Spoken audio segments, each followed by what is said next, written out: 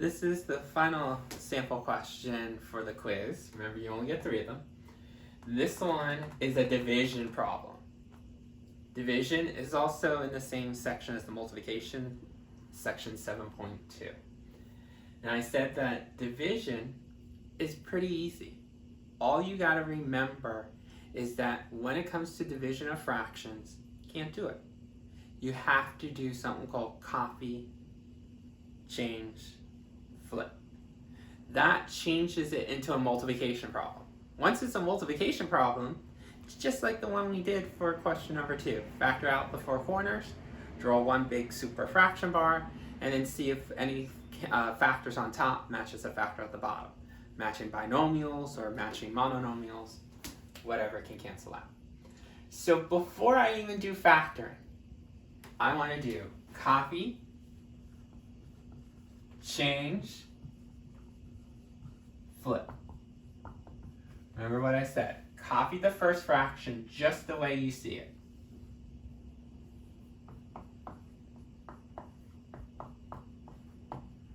The change says, instead of writing this as a division problem, the opposite of division is multiplication. So write it as a multiplication symbol. And then flip, you always flip the fraction after the division. Flip meant reciprocal, turn it upside down. So the x minus 2, which was on bottom, comes to the top. And then this will now go to the bottom. Okay, so just got flipped. Top to bottom, bottom to top. Now that I have this as a multiplication problem, you know what to do. Factor out the 4 corners. So corner number 1. See if you have a GCF. Don't think I have a GCF. Go for the 4. No matching parentheses. They don't all have the same letter. Numbers. That's 7. Remember, 7 is a prime number. So it doesn't matter that this breaks down as 3 and 3. And this is 2, 3, and 3. This doesn't break down. So a 7, 2s and 3s and 3s, nothing's all in common. And then does it start with a negative? No. So then what you have to do next is count the number of terms. 1, 2, 3. And you know that 3 terms means that we're going to look for arch, shortcut, or FOIL. I don't like FOIL. I cannot do shortcut because there's a number in front. So I'm going to have to take the long step. Remember, arch. So let's go through the steps of arch. 9 times 7. Remember, we create that big arch to multiply the leading coefficient and then the constant at the end here. So when we do 9 times 7, you get 63. Then you do all the combos of 63. Okay, so that's the second step. Remember how to do combos? You start with 1, and you ask yourself, does it divide out evenly? If it does, you put it on the list. If it does not, for example, 2, 63 divided by 2 gives you a decimal. Don't put that on the list. If you have to use your calculator, feel free. 63 divided by 3, yes, goes in there without any trouble. You get 21. 4, nope, decimal point. 5, decimal point. 6, decimal point. 7 goes in there because we just did it. 7 times 9. 8, decimal point. 9, oh look, it's already on the board. We're done. Once you repeat a number that's already on this board, you're done going through the combos list. Now, step 3. We got to determine if we're going to add or subtract this list. So remember, minus sign at the very back always tells us subtract. Always look at the last term sign. If it's a minus, you subtract the combos. If it's plus, you add. So let's subtract. Remember, we always want to use the positive.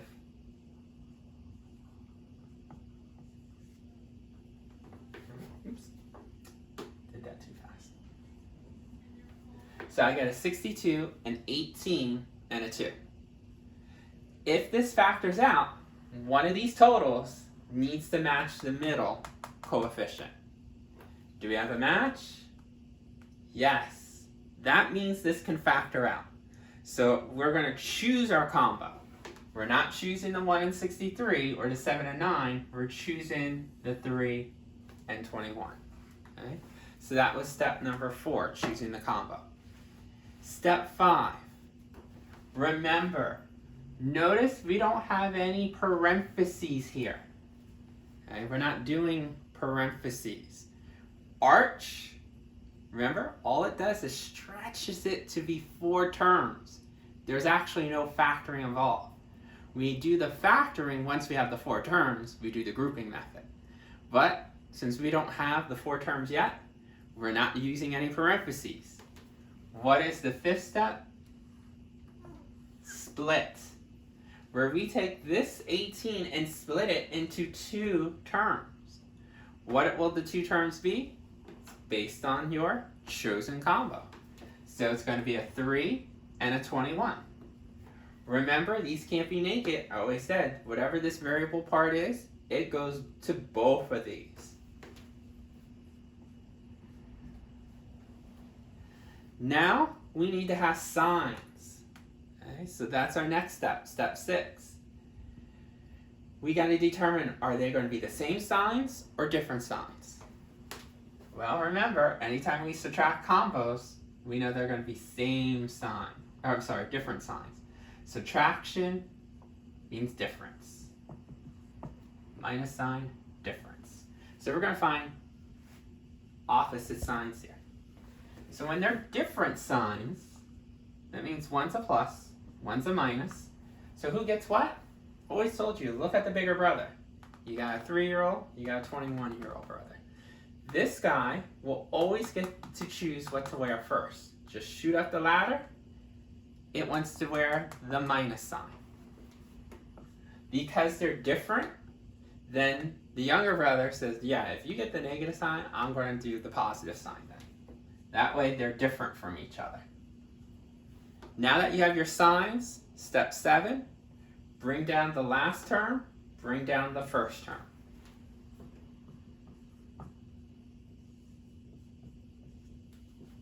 And then step 8, that's where we have 4 terms. 4 terms means that we're actually going to have to do this the grouping method. So since I'm running out of space, I'm going to, you know the combos by now. I'm going to take this, and I'll do it in a different color.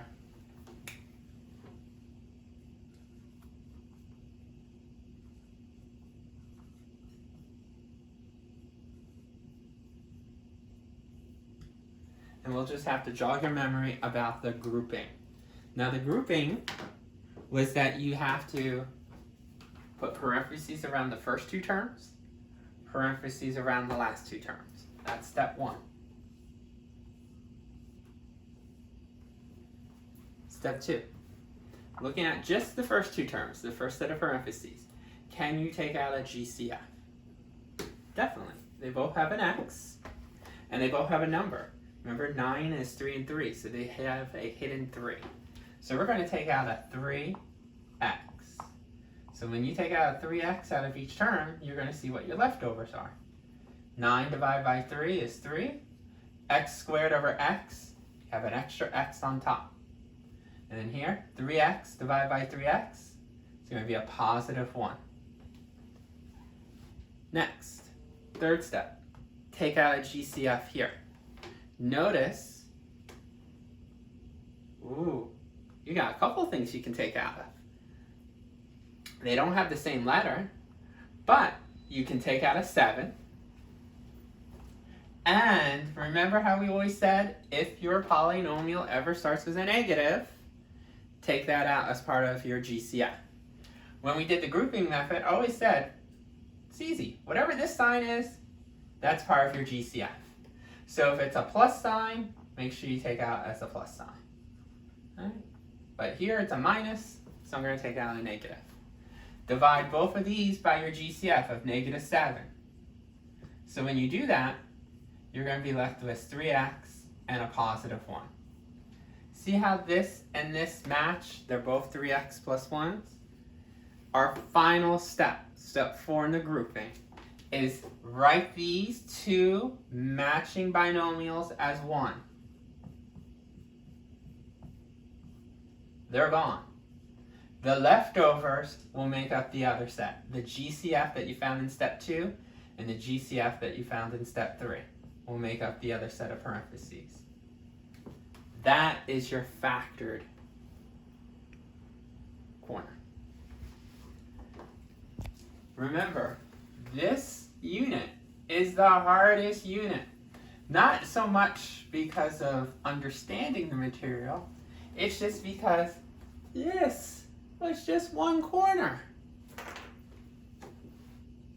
So we were able to factor out this as 3x plus 1,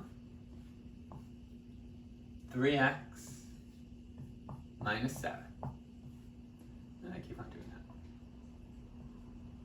that. That looks a little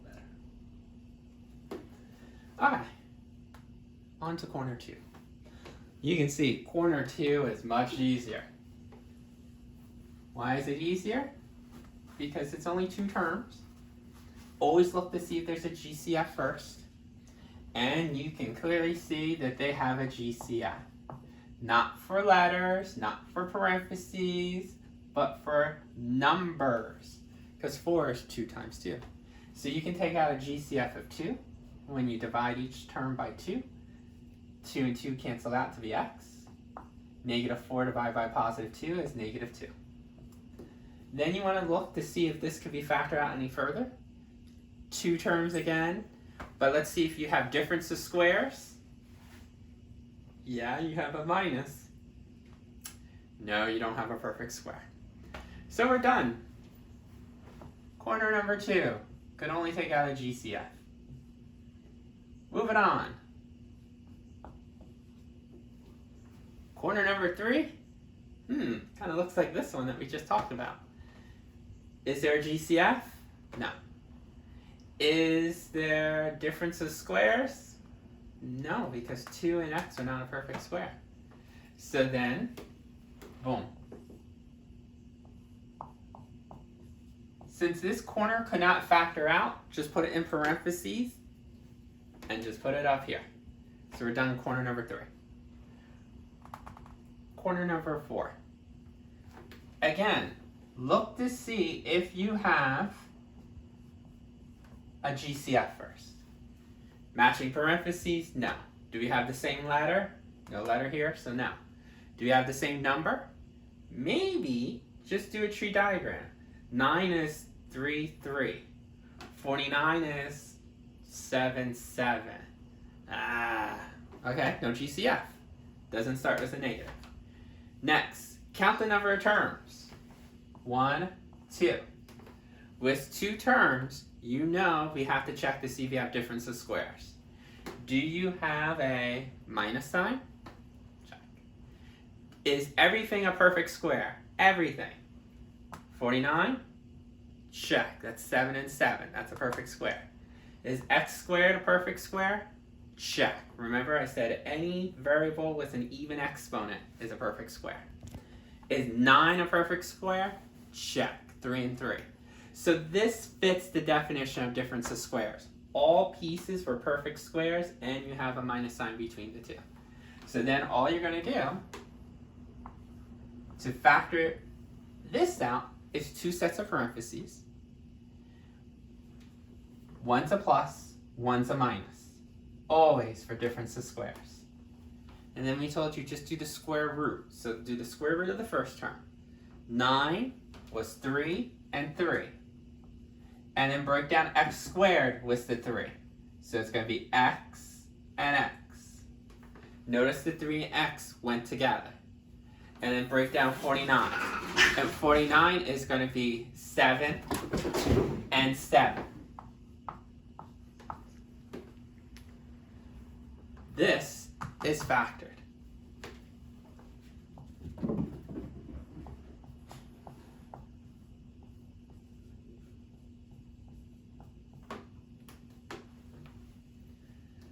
Woo! Now that we did all four corners, remember, we told you, draw one big super fraction bar. And then cancel out any matching parentheses that you have. So look to see, I have a matching 3x minus 7 with a 3x minus 7. Boom, boom. I have an x minus 2 with an x minus 2. Boom, boom. Anything else that match? Some people are thinking, ooh, 3x and 3x. But nope. One has a plus 1 and one has a plus 7. So because they have not matching exactly, you have to keep them separate. So then our answer is going to be this, and this, and this. So 3x plus 1, the 2, and the 3x plus 7. Remember, use the parentheses. That way you can clearly see this and this do not match exactly. Doesn't matter that pieces match. When it comes to binomials, they have to match exactly. So if this is a 1 and this is a 7, you have to keep them separate, no cancellation. So this is our final answer to this guy.